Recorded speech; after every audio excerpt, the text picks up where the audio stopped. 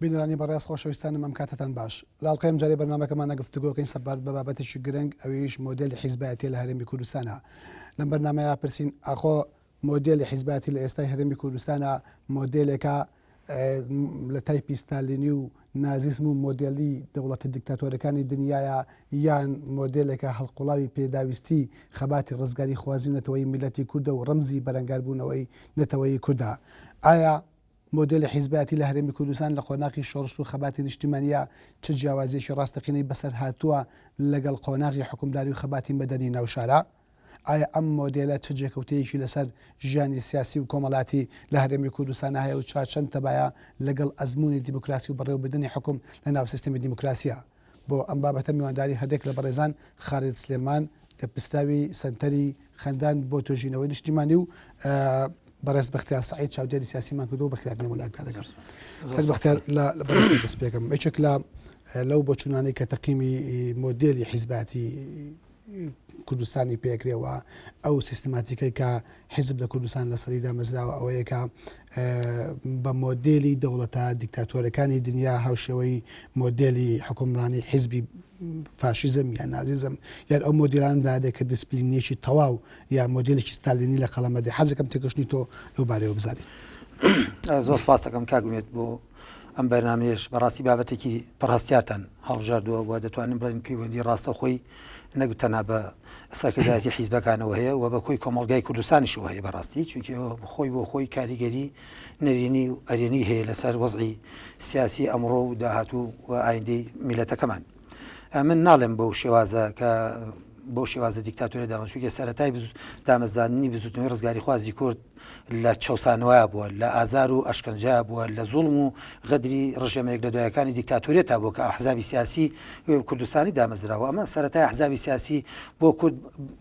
کورد بۆ ئێمەی کورد لە باشووری کوردستان دەگەڕێتەوە بۆ ساڵانی 1940 بۆ خوارتریش دەگەڕێتەوە بەڵام بە حەقەت هەمووی لە قۆناغێکا دامەزراوە وەکو حیزبێکی مەسەن بۆ نمونە پارتی لە ساڵی 1946 دامەزراوە بە ناوی پارتی دیموکراتی کوردستان واتە دەتوانم بڵێم لە قۆناغێکا دامەزراوە کە بزوتنەوەی ڕزگاری خوازی کورد و میلەتی کورد پێویستی بە حیزبێکە بووە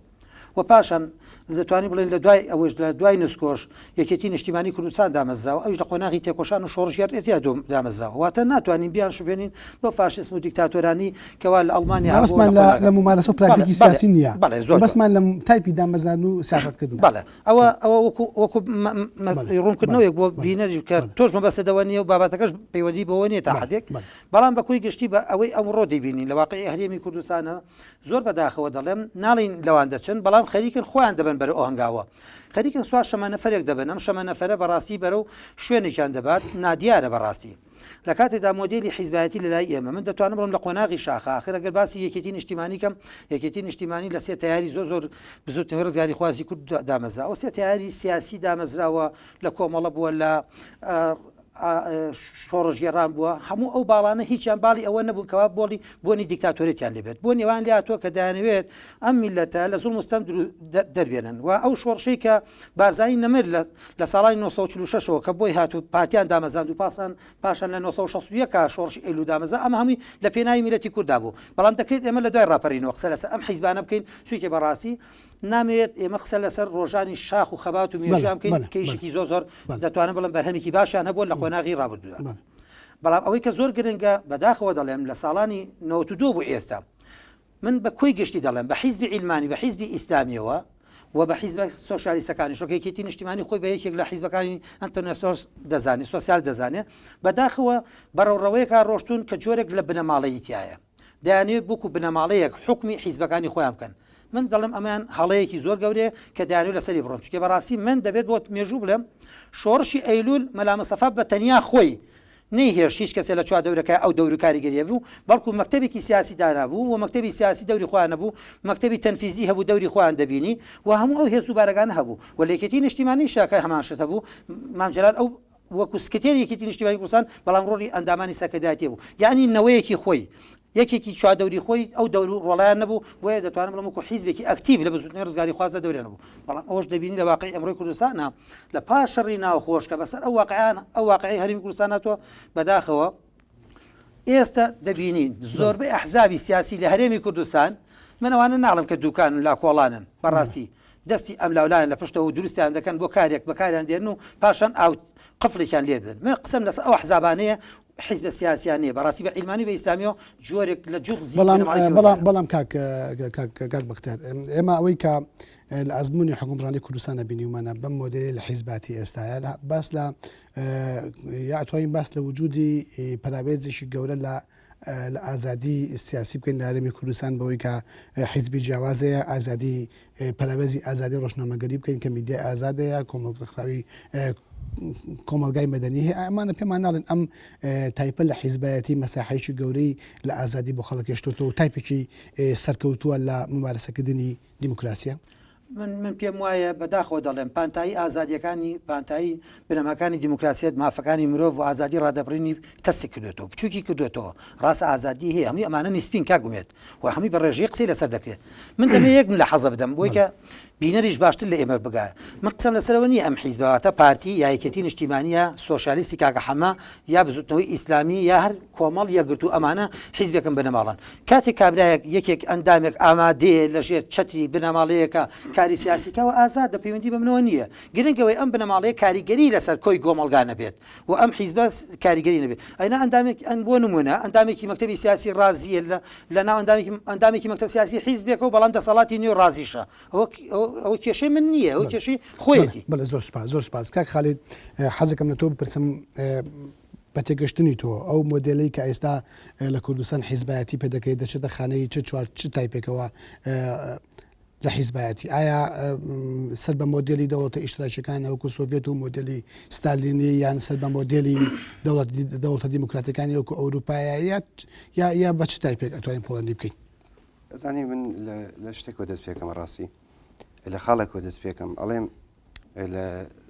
ژیانی حیزبایەتی پێش ساڵی 1991 لە ناو کوردستانە حزب تارماییەک بوو حزب ئۆرگانێک بوو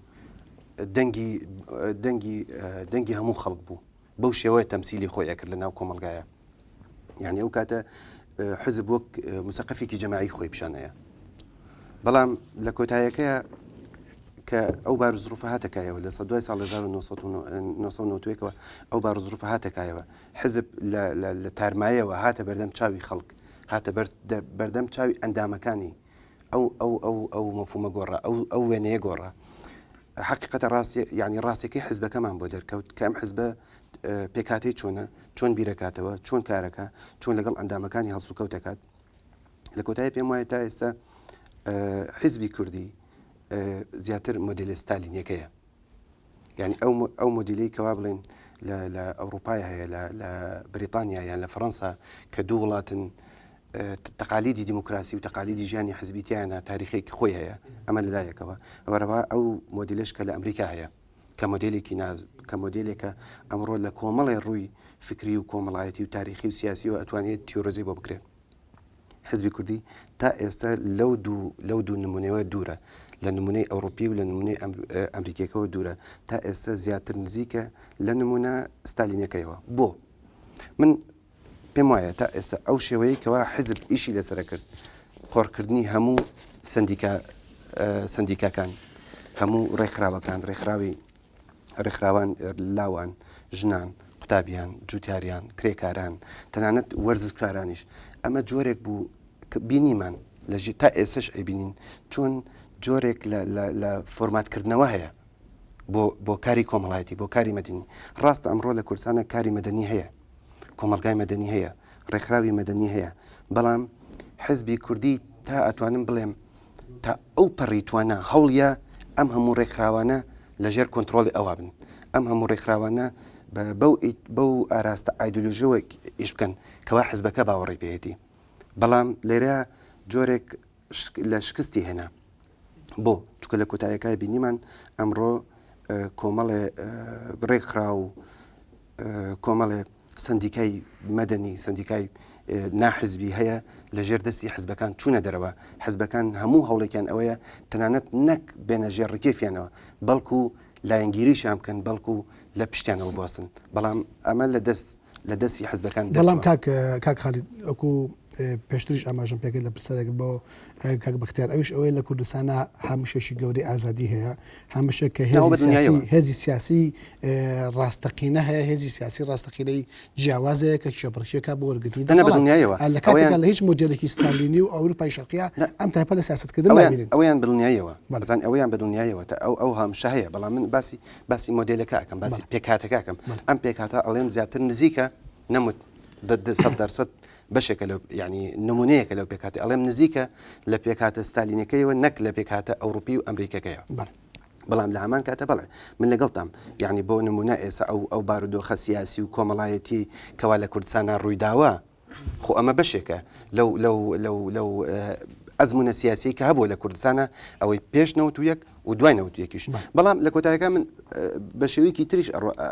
بۆ حزبایەتی ئەڵێم کاتێ باسی مۆدلی حزبایەتی ئەکرێت ئەبێ باسی مۆدلی کۆمەڵایەتی بکرێت چونکە لە کۆتاییەکەیە ئەم هەموو حزبانە لە هەر شوێنێک بێگەر لە شارێکی وەک سلێمانی یان هەولێر یان لە شارە بچووکانی تر بێت خۆ ئەم حزبانە بەشێکن ئەندامەکانیان بەرپرسەکانیان ڕێکخراوەکانیان کاریان بەشێکن لە کۆمەلگایە ئەبێ مۆدل لە حزبێکە لە مۆدلی کۆمەڵاتەکە جیاواز نەکرێتەوە ئەبێ لەو سیاقەیە باس لە هەردوو مۆدلێک بکەین بەڵام ئایا ئەمە ناکاتە لە ئەو وێنەیەمان نایەتێکە بوونی ئەم کۆمەلگای ئەم حیزبانە لە بنەڕەت تا بوونیەشی خێڵایەتیە و تەرجمەی خێڵ بۆ ناو حیزب و ژیانی سیاسی 100% من لەم ڕۆژانەیە لە ڕێگای برادێکەوە پڕاستی وتارێکی بۆ نردوم وتارێک نەبوو چیرۆکە هەواڵێکی بۆ نردوبووم لە ڕانیەوە کە بەس بۆی تەماشای بکەم پێشەوەی ینی ڕوانی ئەو ڕۆژنامە بکات تیا بڵاوێک کاتەوە بۆی نردبوو چیرۆکێکی زۆر سەیریتیا بوو کوڕۆ کچێکی خەڵکی ڕانیە لە چیرۆکێکی خۆشەویستی ئاژین بەڵام بەهۆی کۆمەڵی کاری کۆپاڵە پەسووی کۆمەڵایەتیەوە ڕۆ لە ئێرانەکەن دوای چەند ساڵیەنەوە بۆ ئێران لە ئێرانە ببورە ئەگەڕێنەوە بۆ ڕانیە لە ترسی هەڕەشە و لە ترسی کوشتنە ئەو کچە پەنا بۆ کوێ ئەبا بۆ ماڵی ئاغایەک لە ڕانیە یعنی ئەم نمونەیە ئێنمەوە خۆ لە شارێکی وەک تەنها مەسلەکە ڕانیەش نییە باس لە هەموو کوردستان ئەەکەم خۆ تا ئێستا ئەم مۆدلە زاڵە لە ناو کۆمەلگای کوردیە کەوا بۆ ئەم مۆدلە زاڵە خۆ هەر لەو شوێنەشەوە کە لەو شوێنانەیە کە ئەم مۆدلە زاڵە خۆ ئەم حزبانەی کوردستان هەن ئەگەر لە پارتی دیموکراتی کوردستانەوە بڵێن ئەگەر لە یەکێتی نیشتیمانیەوە ئەگەر لە گۆڕانەوە ئەگەر لە حزب ئیسلامیەکانەوە ئەگەر لە حزبی شیوعیەوە لە حزبەکانی ترەوە خۆ ئەم هەموو حزبانە لەو شوێنانەیە هەن کە ڕووداوی یان چیرۆکی لەم شێوەیە هەن وایە بەڵام تا ئێستا حزب لەژێر پاڵەپەستۆ و لەژێر کاریگەری پەیوەندی کۆمەڵاتیەکان و عەقڵیەت و زەهنیەتی هێزە خێڵایە نەک خێڵ لە ژێر کۆنتڕۆڵی مەفهومی ئایدۆلۆژی سیاسیدایە بەڵێ باشە زۆر سپاس کاک بەختیار ئایا خێڵ بۆ ممارەسەکردنا بۆ ئەگەر ئەو گریمانەیە قبول بکەین کە مۆدلی حیزبەتیکردن لە کوردستان خێڵ بە شێوەیەکی بەرچاو کۆتێتای کردبێت بەسەر ژیانی سیاسیەوە ژیانی سیاسی ناو حیزبەکان بە میکانیزمی خێڵ بەڕێوە ببرێ ئایا ئەمە لە ئەنجامە زیانێکی کوشندە لە بەسەری نەتەوایەتی و لە بەدەستێنانی مافنەتەواتیەکان لە کوردستانە کاگومێ دەمە دەبێت ئەو لایەنە مێژوێ لەبەر چاو بگرینکەوە کۆمەلگای ئێمە پێکاتی کۆمەلگای کوردەواری ئێمە لە سەر و بنیاتە دروست بووە کە هەمووی خێڵ و قەبیلە و هۆز و عەشیرەت و تیرە و ئانە دروست بووە حیزب دوێنە دروست بووە بەڵام ئەم مێژوێکی تاریخی 1400 ساڵی مێژووی کوردی تایە کاکیان بە خێڵاتی بوونی حیزبانە نه بە پێچوانەوە ئەوە من ئەڵێم وەک پێکاتی کۆمەلگای ئێمە لە ڕووی کۆمەڵایەتیەوە کاکە خەڵکی ئەم شارەی خۆشمان ئێستا کابرابی بینە خۆی زۆر بە دیموکراتی دەزانێت باسی پرۆسی دیموکراسی بۆ کاوەکو نازانم بڵم چی کەسێرێکی ئەڵێ بنووسە ئومێد قەرەداخی ینی حەز دەکات خەڵکی ناوچەکەی خۆشی بنووسێت زۆر حەز دەکات ناوی عەشەرەتەکەی کابرا بۆنی شەمێرانی لێڵێت بنووسە جاف پێی خۆشە ینی لە پرۆسی دیموکراسی شاکارەکە لە کۆمەلگای مەدەنیە کار دەکات تا ئێستا کاریگەری لەسەرەوە ئەوە حیزب ئەوەی نەکردو هەر ئینسانەکان خۆی جوغزی ینی بوعدی ئەم ڕەهەندەی کەی مەقسێ لێسەر دەکەین یانی بودێکی تاریخی زۆر کۆنی هەیە ناتوانین بە ئاسانی ئێمە لی دەربازینەوە پرۆسەیەکی بەردەوامی دەوێت کاری دەوێت بەڵام یەک خاڵ هەیە من دەمێ بڵم خێڵ ئەمڕۆ لەسەر لە حیزبە ڕۆڵیان هەیە بەڵام حیزب بەڕێوە نابێت ئەوەی حیزب بەڕێوە بنەماڵە بەڕێوەیە بە بنەماڵە جیاوازە لە خێڵ بەڕاستی خێڵ گەورەترە بەنەماڵەیەک دەتوانم بڵم 20 کەسن 50 کەسن 100 کەسن دەتوانن حیزبێ دروستکەن ئەمە بەڵام خێڵک ناتوانێت بەڕاستی خێڵێک ئەمەی نەکردو چونکە لە زمانی بارزانانی نەمرات دەتوانێت بڵم هەزاران سەدان خێڵی ئەم وڵاتە لە ناو شۆڕشەکەی مەلا مەستەفایە بوون بەڕاستی خەباتیان کردو تێکۆشانیان کردو بۆ قۆناغە زەرور بوون بەس بۆم قۆناغە کە باسی کۆمەلگای مەدەنی دەکەین و حکومڕانی ئیداری مەدەنی دەکەین باسی ئەوەکەین کەوا ئێمە باسی بە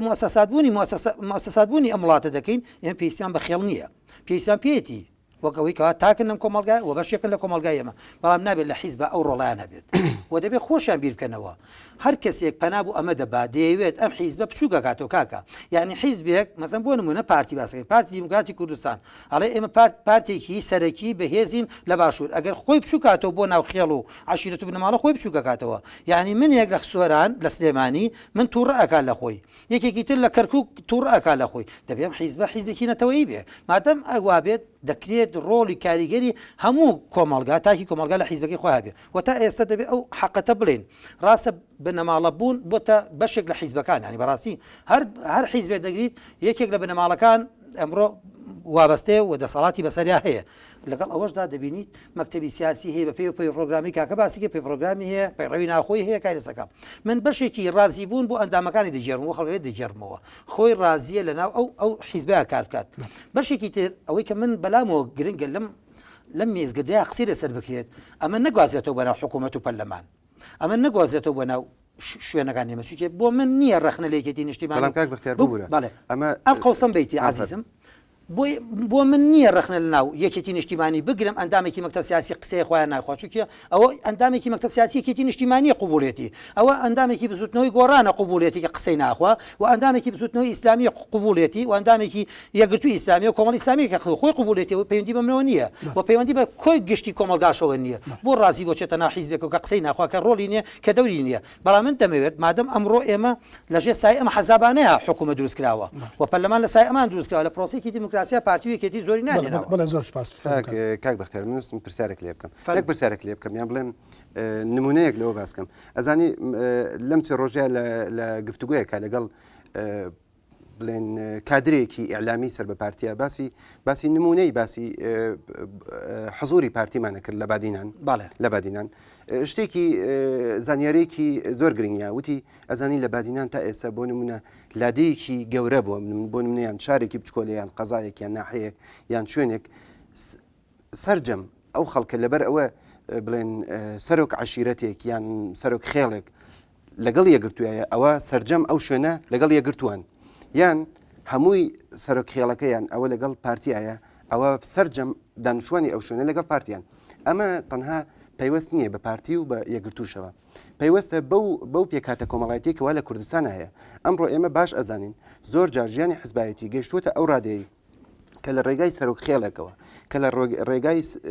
سەرۆک عشیرەتێکەوە لادەیەک یان شارێکی بچووک یان ناحەیەک یان قەزایەک زۆربەی زۆری دانیشتوانی ئەو شوێنە سەر بە حزبێک بن بەڵام پێت وانە کاک خالید ئەم بە قسەکەم تەواوکەم بەڵام لە هەموو کاتێکە ئێمە لە سەرەتای باسی شتێکمان کرد باسی ئەومان کرد وتمان من خۆم ڕام وایە تا ئێستا نمونەی حزبی کوردی لە نمونە ستالینەکەیەوە نزیکە بەڵام لە هەمان کاتا من شتێکی تر هەیە کە ئەمێ بیخەمە ڕوو لەم سیاقەیە ئەوەیە حزبی ستالینی بەشێک بوو لە حرەکەی حەداسە لە ناو کۆمەلگای ئەوروپیا بۆ نمونە کە ستالین مرد یان ستالین لە حکما بوو ئێمە کوڕەزایەک یان برایەک یان ئامۆزایەکی ستالینمان لە دەور و پشتی نەبینی بەڵام لە ناو مۆدلی حزبی کوردیا ئەوە هەیە ئامۆزا و کوڕەزا و کوڕ و ئەوانە هەموو هەیە بۆیە لێرە ئێمە ئەبێ پێکاتی حزبی کوردی لە دوور ڕۆ بخوێنەوە لە ڕوویەکەوە بە دوور لەو مۆجەی کە ناوی مۆجەی حەداسەیە لە ژیانی ئەوروپیەکانە هەیە ئەمە لە لایەکەوە و لە لایەکی ترەوە نزیک لەو پێکهاتە کۆمەڵایەتیە لەو مۆدلی کۆمەڵایەتی کەەوە ئێستا لە ناو کوردستانە لە ناو کۆمەلگای کوردستانە هەیە تا ئێستا حزب نەبووەتە ئەوەی لەو مەفهومە مرکزیەتە لەو مەفهومە سانترالیزمە ڕزگار بێت زۆر سپاس بە کورتی من دەمێتەوە تەوزیحێ بدەم بەداخەوە ئەگەر پارتی کادری وای هەبێ بەڕاستی ئەو کارەساتە تا ئێستا تێنەگەشت بێت لە گوندەکانی منتیقی ئێمە لە شارە زۆر هیچ گوندێنیە هەموو یەکێتی بێ هیچ گوندێنی هەمووی پارتی بێ هیچ گوندێنی هەمووی گۆڕان بێ گوندەکە وای لاتۆ کاکە لە وڵاتی من و توێسە وای لاتۆ پیاوەکەی کێتیە ژنەکەی پارتیە پیاوەکە پارتێژنەکە یەکێتی ئەوی تری گۆڕان حاڵەتی سنایی نەخێر کاکە وەرە گوندەکانی پیشانە بەم گوندەکان نیوانێکێتین و نیوان پارتی گۆڕان ئەسن سەرۆک خێڵە لە وڵاتە ئێستا 50 کەسی پێکۆ ناکەێتەوە ئەسن ناتوانێت قەنەعەت بە ئامۆزای خۆی کە بۆیە دەمەوێت بڵێم هیچ گوندێ لە بادینە نەیەگرتووە بە تەواوەتینە پارتی بەدڵاتی ئێستا مشکل بوو کاکە ئەمڕۆ من لە دیدارێکا گوێم لێ بوو جەنابی کاک سعدی ئەحمەد پیرە ئەندای مەکتەبی سیاسیەکی نیشتیمانی اعترافێکی جوانی کردووە ئێمە لە بادینانە بووین بە حیزبی دووەم نین حیزبی سێمین کابێ بێت تێبگە یەکێتی نیشتیمانی دەورێکی تری هەبوو بە نوعێکی ترە پارتی بۆ خۆی و یەکێتی بۆ خۆی ئێستا وەزعی سیاسی خۆیان دەزانن لە ئەطراف من قەزم ناوشار نییە بێ کاکە ئەمڕۆ پیاوێکی ڕۆشنبیری لەم وڵاتەیە 1000 کەسی پێکۆ بێتەوە بەڵام ئاغایەک ئەمڕۆ 15 کەسی خزمەکەی خۆی پێکۆ نابێتەوە با ئێمە سەراحەتە قسەکەی ئاغایەکم پێ بڵێ لەم وڵاتەیە 100 کەسی پێکۆ ئەمە ئەگەر وا بێت ئەگەر ئەم تایپەڕاست بێ 1000 کەس ڕۆشنبیر بتوانانی 1000 کەس کۆ بکاتەوە ئەو مبالغەتیایە کاکە بەهانی بەختیار عەلی بەرەسەر جادی بەردەکی سابوو بتوانین ئەم مۆدل حیزباتی بە مۆدیلێکی خێڵایەتی یان نزیک لە خێڵاتی لە قەڵم بین ئەوە ڕاست لە کاتێکا سەرۆک خەڵ لە 15 کەسی بۆ کۆنەکرێت زای چۆن ئەوەی کە ئەڵێ کاک بەختیار ئەڵێ سەرۆک خێڵێک 15 کەسی بۆ کۆ ناکرێتەوە ئەمە شتێکە مبالغەتیایە بۆ چونکە ئێمە لە شارەکان ئاژین ئێمە لە سلێمانی و هەولێرە ئاژین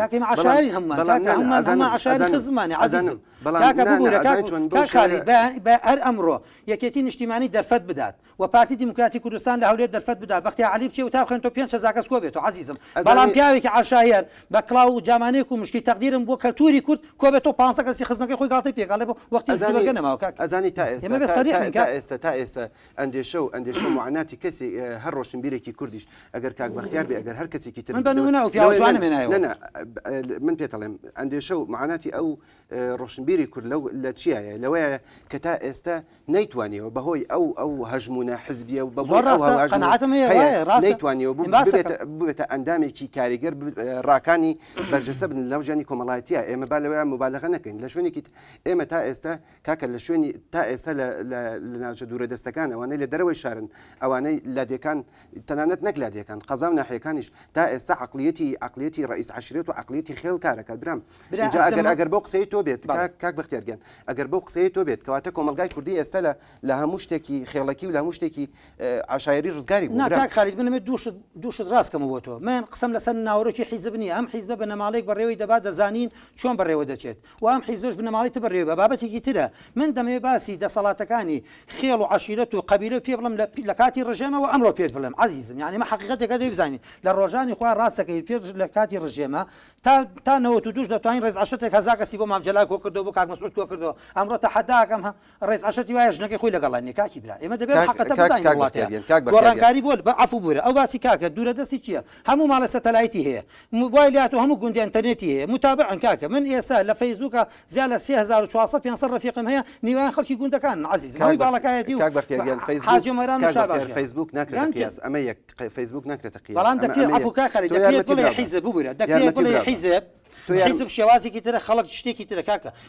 حەزەکەم زانین لە 100 ڕێز عەشەتەکان لای پارتیەکەتی تەهمیش کراون بەس موچەیەکی هایلایڤیان نایەنێ پارتیەکەتی بەناوی مەکتەبی کۆمەڵایەتیەوە پارێکی هایلایڤیان هێنێ بەخێیان دەکەن خزمەتیان دەکەن ڕێزیان دەگرن بۆ کاتی پێویست بۆ ڕۆژی دەنگان بەکاریان هێنن ئەمە بابەتێکی کاک بەختیارگیان یارمەتی من بە